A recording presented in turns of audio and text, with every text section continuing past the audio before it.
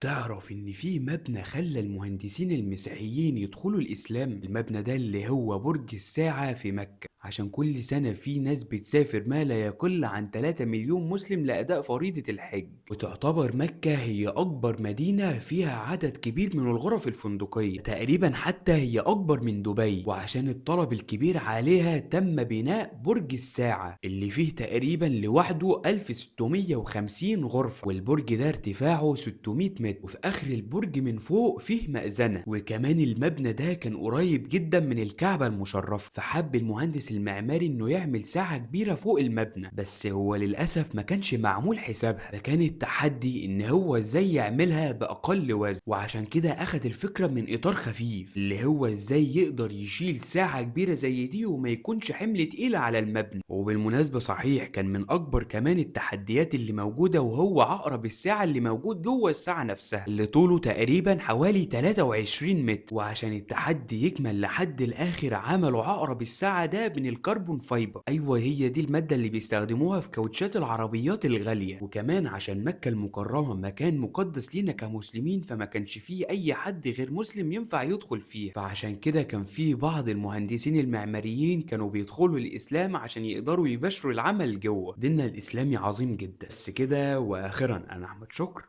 وحكايتي دايما في انتظاركم.